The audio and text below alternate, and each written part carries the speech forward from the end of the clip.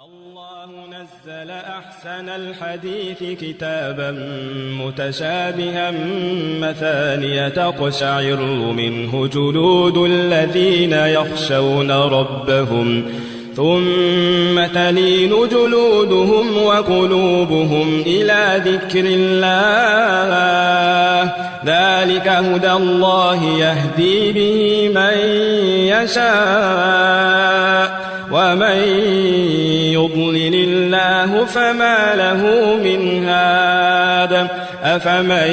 يتقي بوجهه سوء العذاب يوم القيامة وقيل للظالمين ذوقوا ما كنتم تكسبون كذب الذين من قبلهم فأتاهم العذاب من حيث لا يشعرون فأذاقهم الله الخزي في الحياة الدنيا ولعذاب الآخرة أكبر لو كانوا يعلمون ولقد ضربنا للناس في هذا القرآن من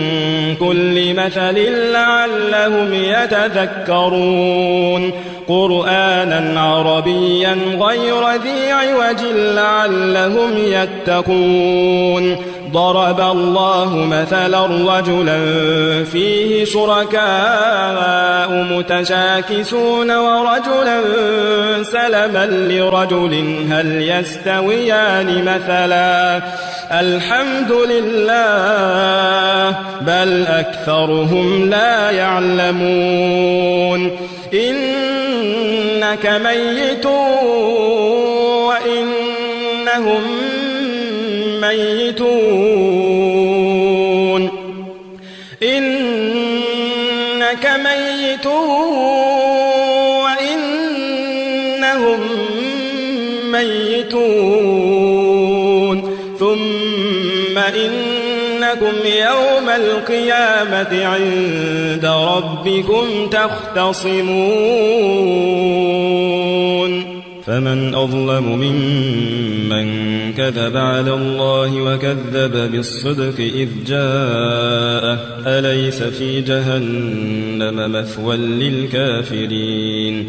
والذي جاء بالصدق وصدق به أولئك هم المتقون لهم ما يشاءون عند ربهم ذلك جزاء المحسنين ليكفر الله عنهم أسوأ الذي عملوا ويجزيهم أجرهم بأحسن الذي كانوا يعملون أليس الله بكاف عبده ويخوفونك بالذين من دونه ومن يضلل الله فما له من هاد ومن يهد الله فما له من مضل أليس الله بعزيز ذي انتقام ولئن سألتهم من خلق السماوات والأرض ليقولن الله قل أفرأيتم ما تدعون من دون الله إن أرادني الله بضر هل هن كاشفات ضره أو أرادني برحمة هل هن ممسكات رحمته قل حسبي الله عليه يتوكل المتوكلون قل يا قوم اعملوا على مكانتكم إني عامل فسوف تعلمون من يأتيه عذاب يخزيه ويحل عليه عذاب